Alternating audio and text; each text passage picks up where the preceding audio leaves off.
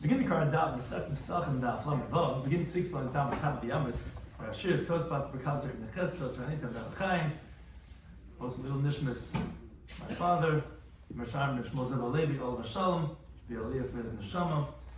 Some ideas we discuss in today's Daf are a machlekes, which halachas we derive from lechem ayni. It says in the Torah that the matzah should be lechem ayni. Some halachas that we derive from that terminology. That relates into a story that discussed regarding making milchig of bread. And finally, the Gemara gets into the discussion why we cannot use lukewarm water for making matzah, yet we can use lukewarm water for making karban mincha, although they both have an isser of chametz. The halacha of lasisa relates to soaking the kernels, when that's asr, when that's mutter, in regards to it being a problem of chametz. And then the Gemara says, how do we know that one cannot fulfill the mitzvah with matzah made from grain of bikurim? And why would that be different than one can fulfill the mitzvah with matzah made from meiser sheni, when they both seem to be very similar characteristics regarding the drashas that we make, regarding if it would be permitted to make matzah or not. Additional, the Gemara discusses additional halachas we derive from lechem ayni. Some of the key terms the content we discuss in today's daf are lechem ayni. The Torah uses to describe matzah that no other ingredient should be used because it has to be like the poor man's bread. Lasisa is soaking the kernels, which helps in making a higher quality flour, but increases the risk of the flour becoming chametz. Mikmitz ve'elech mitzikun is the concept that there's many different processes in the flour offerings, but the part that needs to come is only from when you take the fistful of the flour from that point on, but everything that was done before that does not need kahana. Bikurim is the halacha of the shivas aminim, the first fruits that ripen are taken up to Yerushalayim. So begin the card Daf. Daf Yomi Psachim, the 8 lines down from the top of the Yomit, where the Gemara continues in the discussion relating to 6 lines down the top, relating to the previous Daf, the halacha of our Mishnah, regarding what species can be used for matzah. You would think a person would fulfill his obligation, but meiser sheni Yerushalayim. Meiser sheni is permitted, and that's what halacha is. You take up the second time and you eat in Yerushalayim. So you would think, okay, so that's something that's mutter to be eaten. You could eat meiser sheni Yerushalayim, and you can make matzahs out of that and fulfill your Seder night obligation. Tamalaymer says the Tana, no. It says in the pasuk lechem ayni. Now, the word lechem ayni, although it's written with an ayin, says this Tana, mashenechel ba'aninis, the bread that's permitted to be eaten when he's in aynin, because he expounds ayni, the ayin, with an aleph. Ayni with aninis, the lechem, the bread that can be eaten as an aynin, when someone's relative passed away that day, that excludes meiser sheni, sheni nech ba'aninis, which cannot be eaten in the state of mourning. There is to be eaten in the state of rejoicing, like the pasuk in the Varim Chavav, lo echalti ba'anim. One of the things we say by the Vida Meiser, I did not eat from it in the state of aninis. So the basically therefore says that no, meiser sheni cannot be used, even though it's permitted to be eaten, because it does not qualify for lechem ayni with an aleph, not with an ayin. Kiva, he disagrees, says no, matzahs rib. It says in the Torah a bunch of times, matzahs come to include all types of matzahs, even though it's only permitted for you, even if it's been for someone else, like we said about the kohen, the challah, and the truma. So over here, this person could eat his meiser sheni in Yerushalayim. So what are you learning out from lechem ayni? The first time it said we're excluding, it has to be able to be in the state of aninis, which is not by meiser sheni in Yerushalayim. So that says Rabbi Kiva, pratli isa shenaleisha beyayin b'shem advash. It's coming to exclude a dough that was kneaded with wine, oil, and honey, that's called matzah shiur, the enriched matzah.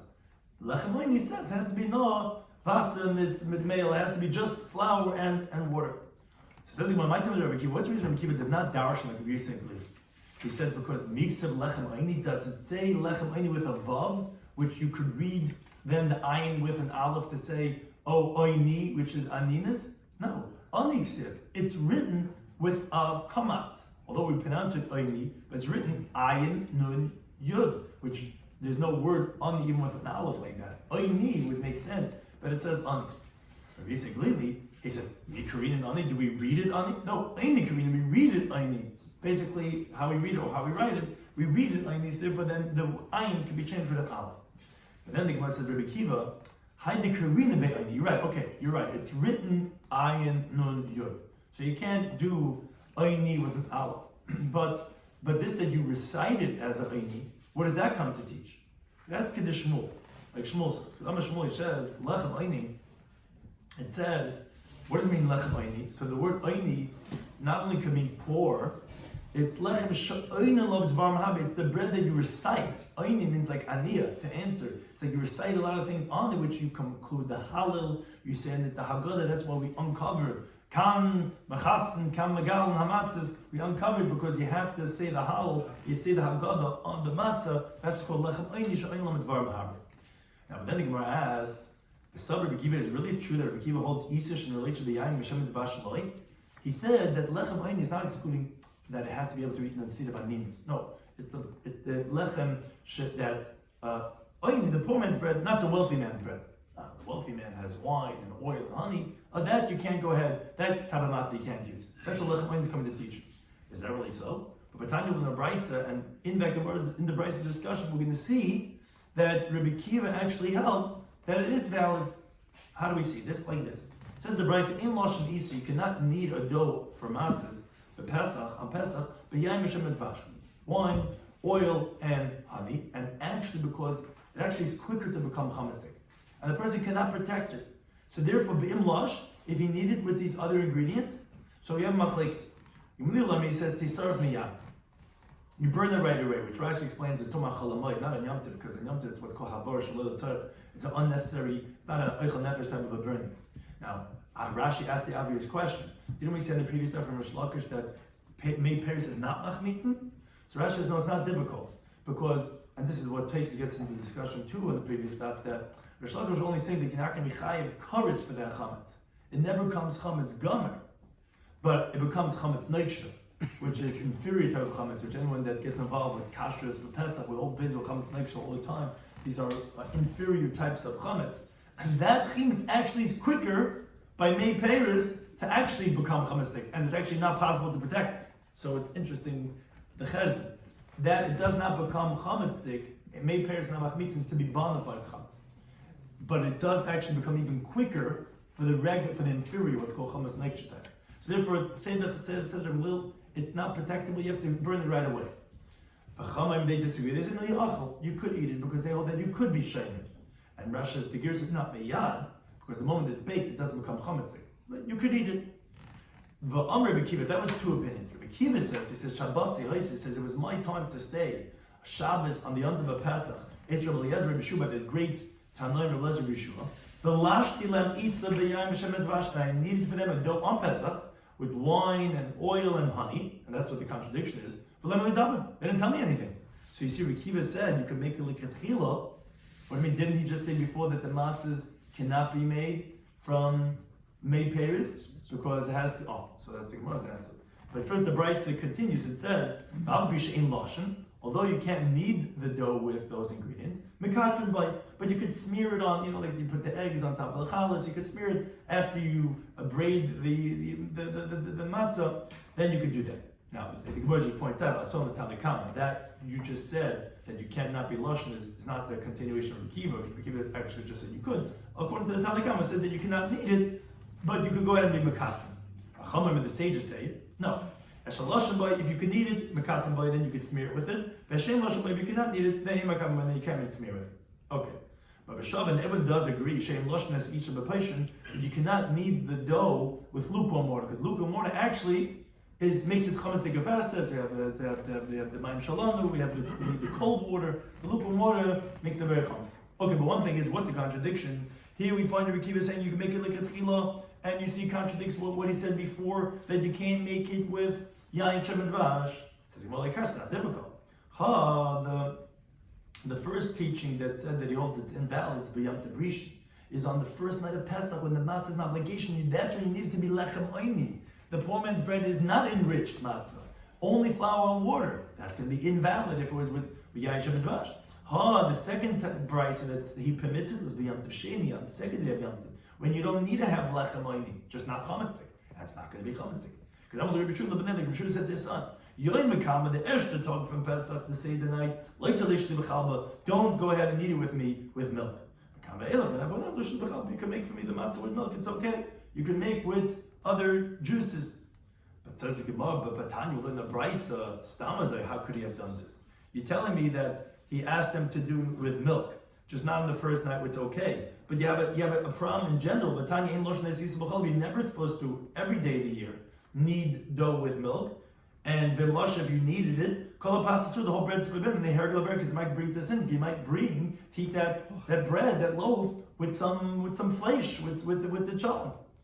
So Al says, you're right. He didn't tell him with milk. Yemekam said the first day of Pesach, don't need it for me with honey. The rest of Pesach, you can make for me matzah with honey. Or the said, over says, no, could even with milk. But like Ravina says, ke'ein tura, like the eye of an ox. Then it's shari, meaning if it's a small amount of dough, like the eye of an ox, then you're allowed to knead it with milk because you can eat it right away in one shot. You're not going to hold on to it to forget that it was made with milk. Here, you're talking about a small little piece, small little Danish, whatever. It's not concerned that you can leave it over. But if it's something huge thing, you might leave it over. Then we're going to be concerned that in the fridge, the guy he's not going to have it. Take out the loaf of bread. He's going to have it with a sandwich and burger. It turns out it was the milk of bread. That's when it's a problem. Right. Yeah. So that's Right. So we look in the Brisa. It says Vishavin. And we said everyone agrees, although that discussion was regarding fruit juices. At the end of the Brisa, everyone agrees that you cannot knead the dough with lukewarm water. Says the Gemara, why is it different in the flour offerings that were brought in the Beis Hamikdash? The Nami learned the Mishnah that says Kol Menachos, all the flour offerings, which the Mishnah tells us over there that they have to be brought matzahs too. They have to be unleavened. And even so, it says they were able to knead it with lukewarm water, and the Ger says Mishamar and Shleiach Mitzu, and they say could make sure they're not. So why is it different regarding matzah and regarding the menachos? Says the Gemara, there's reason if they said it by the those who are careful, that are diligent by the Kahanim, that they are alacrity. You ever they can say those who don't. Everybody makes matzahs. We can't rely on every single person. The Kahanim, they can do it. Make sure they don't become lamasik. Says Gemara, wait a second. If that's the case, then milsis namilasis. Then why did you allow ahead and soak the kernels in a little bit of water, and then to go ahead and crush it in the mortar to remove the chaff, to remove the bran, so that it's refined flour? If you tell me that they're careful. Alamar says the wheat of the flour offerings. You can't go ahead and make it soaking of the grain. Why not? I thought there's reason. It says the Gemara, no, Elisha, the kneading of it was his reason. He said that was done with the Kahanim.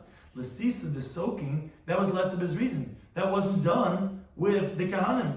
Meaning when the non-Kohanim bring it, it's already bringing his flour already.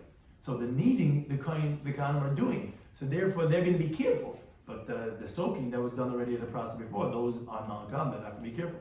It says, is that really so? But Elisha Miyisib, his reason, is that really so that the Kahanim, they need it? But we consider this as a Pasuk Yikra. For example, let's say by the Minchas Machvas, Macheshes, and the Minchas Mafei Tanner, they make it in these deep pans, and the shallow pans, and those are baked in the ovens, where they bake it first, 10 breads, and then they crumble it until it turns into flour, like the pasta says, the Yikra base. Pasta is a piece, and you have to crumble it into small pieces, and then you put in oil, you mix it, you pour more oil, you take a fistful, and then you bake it, and then you go ahead and you knead it with the lukewarm water. The pasuk says, you're going to pour on the oil in it, and then after, etc., it says, and the Ger is actually b'nei Aaron HaKohanim. What does that tell us? Only from the taking of the fistful is a mitzvah kahanim. Lima that comes to teach regarding all the previous processes, al yitziko, blila, the pouring of the oil, the mixing of the oil, and by let's say the mincha that's baked in the oven, after you kneaded it and baked it and crumbled it, only after that you pour in the oil, and then and only that is done by the kain. That teaches all the previous processes, which includes the kneading too. So how can you tell me the reason why you could do the kneading in the lukewarm water by the menachos is the kahanim don't do it, just like they don't do the soaking, which he said you don't allow. So why do you allow the kneading? Says Gemara, you're right. Lisha, the kneading, the heat is reason less, although it's not done by the kahanim where they're diligent, but b'makom is reason nisa. It's done in the place where the kahanim are, meaning in the azar, in the courtyard of the Beis Hamikdash.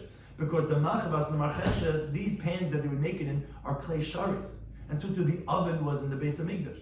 Since in the azar, the kahanim see, they teach them, no, be careful. Not 18 minutes, this, that, they would be on top of them to make sure what to do. So therefore, that's why that was able to be done with lukewarm water. The Amamah, like the master said, but lila, the mixing is ksher b'zar. It's valid to be done by non-kain. But chutz l'chem es azar, it's done out of the walls of the courtyard, it's going to be invalid. So therefore, that's going to be valid with lukewarm water. The reason why they didn't allow soaking is because the ain't is used, it's not in the kahanim. V'loy b'makom, it's not even done in the place of the azar. But says the Gemara a different question. Why are all these other menachas different? That Shmuel is saying that you don't go ahead and soak them in minchas omer from the omer mincha. The omer is the barley offering that was brought on the second day of Pesach. The time of the Brayse minchas omer, the barley mincha loisen ice, and they actually would soak them with soiven ice, and then they would pile them up so that the water could run off. But why would they soak them? Didn't you tell me that they were concerned about chametz? So the Gemara Tzibur Shani. The Minchas Omer was a korban tzibur, and all its processes were done through the courts. The harvesting, the roasting, the soaking, it was all done by the court with there's reason, and therefore even there, the lasisa, the soaking was permitted to be done. Now, continuing on this theme regarding the type of matzahs that could be used on Pesach, talking about Linda Bryce. You would think someone would fulfill his obligation of matzah with bikurim. So, for example, the kohen gets the first fruits, and they bring him wheat, which is one of the shibbos aminim, and he takes the vites, he takes the wheat, and makes matzahs out of it. So you think he can fulfill his obligation, just like we said he can fulfill with his challah and his truma. So when he gets bikurim from the yid, he could go ahead and use it. It says, in all your cities, you will eat your matzahs. Oh, matzah nechel b'chol masher. It has to be matzah that can be eaten in all your cities. We cannot be eaten in all your cities. The pasuk says, and one of the terminologies over there is a trumasidach. The Gemara Makas David Zayinim at Aleph says it's referring to bikurim. So since bikurim can only be eaten in Yerushalayim, so if it's not b'chol masher, that's to Rabbi Yosef Glili. He brings a different source. He says matzah mar. The pasuk says the famous pasuk al matzah is the madred and yachlu. So the pasuk equates matzah mar. Ma mar shein bikurim, just like mar cannot be one of the shivas aminim, because the Mishnah teaches in bikurim that bikurim is only from the shivas aminim. Like it says, "May artzecha from your land," which is the shlach of your land. As the Gemara Menachos and later on, Daf Gimel Menal says that it's from the shivas aminim. So just like mar is not bikurim, so matzah shein bikurim, so to the matzah cannot be from bikurim. Now, but then you're going to say ima mar. But then if you're going to say mar, shein b'mini bikurim, mar doesn't have the species of bikurim. Of matzah, then you could say shein b'mini bikurim. Then it shouldn't even be allowed to have even the species of bikurim, as the Gemara continues on the base. Well, then eitzich masayrin. Then I should exclude wheat and barley from ever being matzah sheyesh b'mini bikurim, where its species is brought bikurim.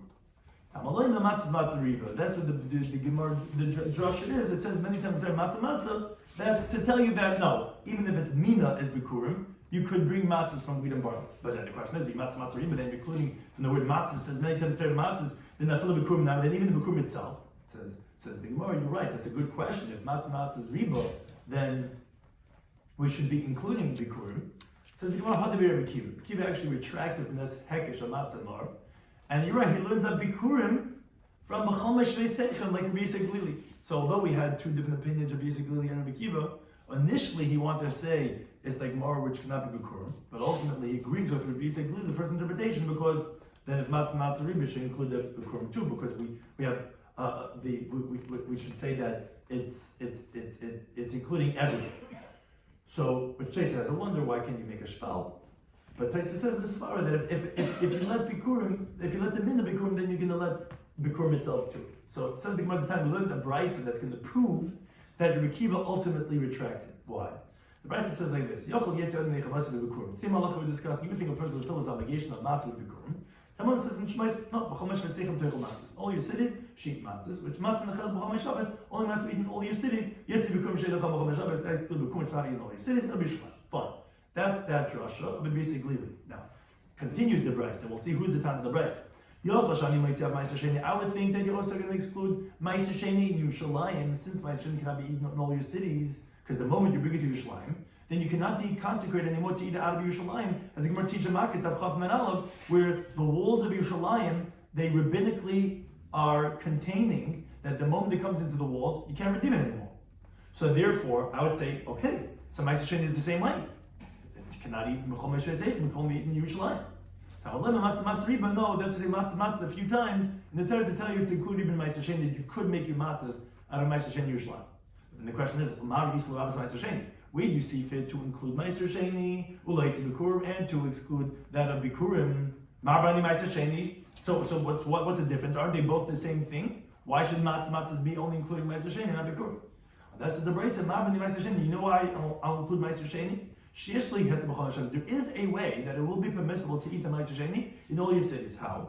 Like Rabbi Lazar, where if the Meiser Sheni becomes Tamei, then you can redeem it. And then you could eat it wherever you want. So therefore, even when it didn't become Tamei and you didn't redeem it, you could still fulfill because Matzah's Riba is coming to include Meiser Sheni. Now, but I'll exclude Bikurim, that they never have a permissibility in all your cities, and therefore, since I have one Riba and one meat, I'll exclude Bikurim, and I'll include that of Meiser Sheni. Now, where do we find this halacha? Rabbi Lazar says, how do we know regarding Meiser Sheni became Tamei? Although he said once you could only redeem it out of Yerushalayim, but in Yerushalayim you cannot. How did it become Tamei that you could redeem it in Yerushalayim? It's teaching the pasuk in Devarim. It says, the pasuk there in the simple translation is saying that if it's going to be a long journey for you and you cannot carry it, like it says, you can't carry it because it's very far from you, so you could go and you could redeem it and you could bring the money up to Yerushalayim and you could eat the produce out of Yerushalayim. But says the Gemara Drasha, when it says not like the simple translation that you can't carry it. It means that you cannot eat it. Where do you see seis means eating? Like it says in these psukim, in these parashas that we're having now, it says in Bereshis, V'yisa masis me'ez panav, that what Yosef did is that he brought them, he was having, like the end of the pasuk shows, they were sitting and drinking and eating with him, that he brought gifts for them, and he made the gifts of Binyamin 5 times that of the other brothers. So you see that masos means not necessarily gifts, but gifts of food. It's talking about eating. So therefore, when it says in the pasuk, what the translation of the pasuk is, when you cannot eat the Meiser Sheni, for example, like this case where we came Tamei, that's what it's telling you, that you can redeem with money. So the way you translate this pasuk, the way Rashi says in Maseches Makos, is if the Meiser is tar and out of Yerushalayim, or even if it's Yerushalayim, but you cannot eat it because it became Tamei, then when the Sata Bakasa, then you can go ahead and you can redeem it. So that's what the Bryce is saying. Says the Gemara, Man Shamalei Da'amar. Who is the Tana that we know that says that you could go ahead and fulfill your obligation with Meiser Sheni? That's Rabbi Kiva. If you recall, we said in the first Brisa on an Aleph that he doesn't expound Oyni with an Aleph. He says Oyni with an Ayin, which tells you that it can only be Lechem Oyni, not Matzah Shira. So he says you could use Meiser Sheni, although Meiser Sheni cannot be in the state of aninus. He doesn't exclude it. And this Tana is saying, like Rabbi Kiva, that you could use the Meiser Sheni, and it's included in B'chol Meiser Seichem. Where does he exclude B'kurim from? B'chol Meiser Seichem, from the pasuk B'chol Meiser Seichem, and not from the Hekesh of Matzah. Obviously, we see that that Rabbi Kiva retracted from this halacha, and he agreed to Rabbi Yisrael there. Now the Gemara now goes back and asks from Rabbi Yisrael that why did he have to learn out that Bikurim you cannot use for matzah from B'chol Meiser Seichem, typically Melechem Oyni. He himself, he disagreed with Rabbi Kiva. He held that no, you cannot use Meiser Sheni for matzahs. We understand Rabbi Kiva, he didn't say Oyni mit an Aleph, so therefore he needs to go ahead and learn out from a drasha of B'chol Meiser Seichem, which he ultimately ended up agreeing to basically. But the Gemara is asking basically himself, why does he need to learn out Bikurim? You cannot use from matzah from B'chol Meiser Seichem because you could only have in Yerushalayim, not in all the cities. What do you mean? Lechem Oyni tells us Misha Nechel Ba'Oyni mit an Aleph. Only that which could be eaten in the state of aninus, of mourning. By Bikurim it says about joy. Aninus is the opposite of joy. So just like you're excluding Meiser Sheni, so then you should exclude Bikurim also. Why do you exclude Bikurim from B'chol Meiser Seichem? Says the Gemara, something like Rabbi Shimon. He holds like Rabbi Shimon that actually the Tanya will end up right. It's a machlekes. Bikurim asurim la'aymin. The Tanya Kama says you're right. Bikurim are forbidden for an aymin, and that's why we had a question. But Rabbi Shimon not. Rabbi Shimon says that it's permitted, so therefore you can't exclude it from lechem oyni that has been in the state of niyas because it could be in the state of niyas bikurim. Therefore you have to exclude it from B'chol Meiser Seichem. Now the Gemara explains the brisa. My time, what's the reason Rabbanan that they say that bikurim is forbidden for an aymin? Because it says a pasuk in Devarim. You cannot eat the following things in your town. It talks about Meiser, and it talks about that of all your Nedarim, which are Karbanis, that have to be eaten in Yerushalayim, and it says, Trumas Yadecha. Now, the Amar, and the Master says in Maseches Makos David Zayin Aleph, Trumas yodecha. When it says the last words over there, the truma of your hand, elu bikurim, that refers to bikurim. The first fruits are brought up to the kohen Yerushalayim. Why? Because actually it says over there the word yad. In the Varm Chavav it says v'lo kal chakohen atenem yodecha. The kohen is going to take the basket from your hand. So when it says trumas yodecha, that's a reference to that of bikurim. And the iskish bikurim l'maiser, the pasuk there is putting together maiser, and it's equating it to bikurim, which is trumas yodecha. So we learn ma maiser asalayin, just like maiser is forbidden for ayin kedavin. That says leichatim ayin. Bikurim asalayin, so therefore says the Tanakama, bikurim is also forbidden for the ayin. For Rabbi Shimon that he permits it to the ayin, he says no. Truma karin Rahman. The Torah is calling it trumas yodecha. It's called truma, which is kitruma. Ma truma mitzvah asalayin, just like truma is permitted for an ayin, as Gemara Yavamis and the Oral learns out, because it says b'chol zar. It says a non-kain is forbidden to eat that of the truma, which tells me only for zaris of being a non-kain that I tell you is forbidden the truma, but an ayin is not forbidden the truma. So bikurim, which is also called trumas yodecha, is also permitted for an ayin. But then the Gemara asks in general, for Rabbi Shimon, according to Rabbi Shimon, nihi de hekesh, Leslie, okay, I understand he doesn't have the hekesh of ma'aseh to truma. He doesn't have that hekesh, and rather he learns trumas yodecha and it's compared to truma. But there's a different problem. Simcha miyeh mechtav ksiva, but by bikurim it says a term of joy. The Chsiv says, "Bazin dvar mesamach b'chalatayv." You'll rejoice with all the good. So it says simcha regarding bikurim, and if that's the case, that itself should invalidate bikurim to be for an ayin, and therefore lechem ayni should exclude that of bikurim. We're back to the question, basically, why is it to learn from chomesh v'seichem? Says the Gemara, no, hahu is not telling you that you have to actually have joy. It's lezman simchudas. It's too much for. It's qualifying the time of bikurim at the time of joy. When you're harvesting, when you gather together your grain, which when a person gathers his grain, he's finally making, he's all his hard work over the whole winter, his heart is rejoicing. That's why he has to recite Arami Aviravi, because of the joy that he has. It's not like learning Mishnah Sefton Bikurim. But it says, Me'atzer from Shavuos, as the Mishnah teaches in Menachos of Samachas Beis, you cannot bring Bikurim before Shavuos.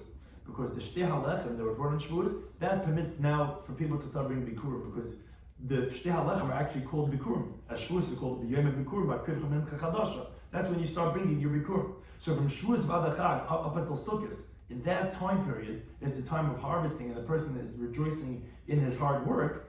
That's when maybe Bikurim. That's when he brings Bikurim and he can recite the Parsha Barami Rebbe Avi. But Me'achag Vat Chanukah, from Sukkot up until Chanukah, which is not the time of Simcha, maybe the Inikari, then you could bring the Bikurim, but you cannot recite the Parsha. And from after Chanukah onwards, it's not in the time of bringing Bikurim, like the Sifri teaches. It says Ashatavim Ha'artzecha, that you should bring from your land, as long as the produce is still found on the surface of your land, where it wasn't depleted for the animals from the field. After Chanukah time, it's already the starke winter, there's no more food anymore, then you can't even bring the Bikurim anymore. So therefore, that's why he had to go ahead and learn it out from B'chomesh V'seichem, and he couldn't basically know it from his own drasha, which excluded Ma'aser Sheni from Lechem Ayni, because he actually held Rabbi Shimon that it's permitted for an Aynin, and therefore he couldn't have excluded from that. Now, turn about learn the Brisa, continue on this drashas of what we learned out from Lechem Ayni. Lechem Ayni prat l'chol, that excludes like Rashi or scolded, which is a type of chashivas, it's a type of significance. It's not a poor man's bread when you scold it. It's a certain amount of significance. That's excluded from being used as matzah. But a shisha is like a big loaf, even if it's matzah. It's a chashivas, and it's not the poor man's bread. Now, says the Brisa, based on that, if you think you can only fulfill a matzah that hadar is like from hadar, all its glory was taken away. Like you would think you could only have coarse matzah, the dikki, the ones that you break your teeth on. You would have meaning coarse, like that it doesn't have, because it has to be the poor man's bread. On that time, let me know it says matzah is matzah. It says many times the word matzah, which are Rebbe inclusionary terminology. Even if it's like the matzah shlema, which was very delightful because it was refined flour, that is permitted. So so what am I learning from Lechem Ayni? It's only excluded that which is scolded and excludes could be daily. Because as Taisa says, Cholet is lechem, it's just not Lechem Ayni. Now, it says, so where do you know that this word ashisha, which you're describing as this chashav type of a gluska, of this loaf, that's excluded from the poor man's bread, that terminology means significant? It's like it says in Shmuel Beis. So that David Melech divided amongst all the people, to the multitudes of the Jewish people, from man until woman, to every man, one loaf of bread, the eshper echad, and vashisha achas b'gleimer. What do these terminologies, eshper and ashisha, mean? Rav Chanan bar Abi says eshper is echad mishisha b'par. Eshper is echad mishisha b'par, 1/6 of a bowl, and ashisha is echad mishisha be'efa, 1/6 of an ephah, which is very big and very significant. So you see, ashisha means a terminology of significance. Which, however, the Gemara says, the Pligi Shlomo disagrees with Shmuel, because Rabbi Shlomo, he actually translates that ashisha meant the garba the chamra, was a jug of wine. So he says, the pasuk in Yeshaya, which actually Hashem, the Navi says, Yeshaya says, Hashem said to me, go and love a woman, a bad love and an adulterous woman, like the love Hashem has to the Jewish people, where they also turn their face to other gods. And my beloved, says Hashem, ashishe anavim, they're those who are drinking the jugs of wine and they're not toiling in Torah. So again, that's just a machlekes regarding what exactly does this terminology ashisha mean. But again, that's what we learn from lechem aini. It has to be the poor man's bread, and it can't be something that's a chashuv thing like that of opulence.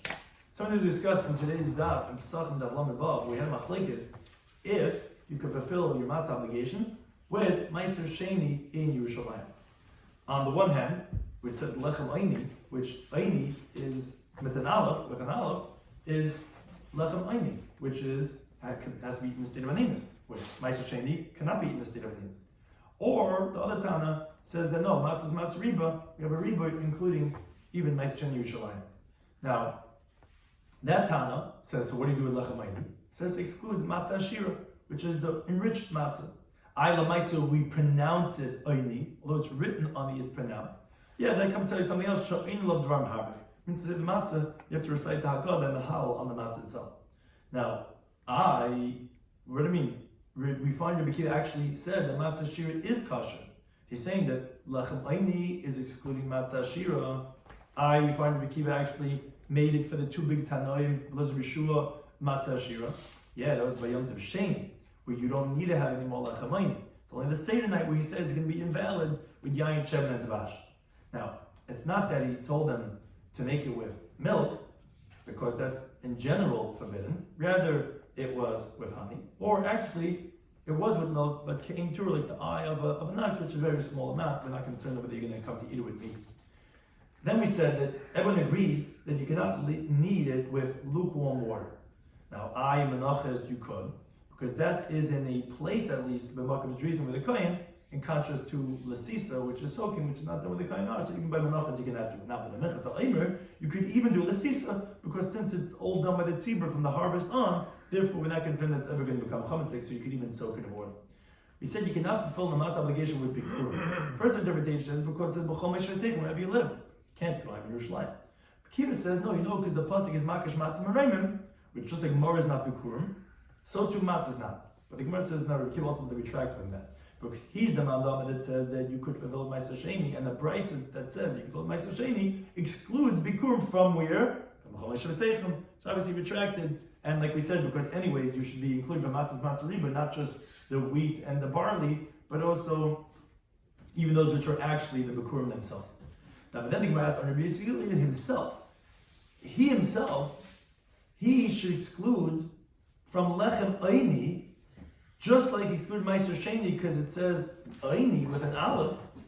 So why is he excluding bikurim from b'chol meishvaseikum? He himself makes the drasha of lechem aini. And bikurim cannot be in the state of aninus. So no, he holds like Rabbi Shimon actually says it is permitted for an ainin to eat bikurim, so you cannot exclude bikurim from lechem ainin with an aleph, because bikurim could be in the state of aninus. Then you have to exclude from b'chol meishvaseikum. Now the Rabbanan, they say the pasuk it compares bikurim to meiser, just like meiser is a better dying, and so does bikurim. Rabbi Shimon holds that no, the Torah calls it truma, like it calls truma sidecha, which truma is permitted for an ainin. It says, forget about the hekesh, it says, where that excludes that of an oinen who's not in a state of joy. It says, no, that's not for simcha. That has to be a time of simcha. From Shavuos up until Sukkot, when you could remove and say the parasha of Arami Aviravi, that's what it refers to. And then the Gemara concluded with another halacha from lechem aini that excludes that of cholot and ashisha when it's scalded, or it's like a kluska no, but matzah riba includes, it could be refined flour. It just cannot be something like a chashivas of this ashisha and this cholad, that's because it's to be the poor man's bread and not the wealthy man's bread. Thank you to any time for hosting us.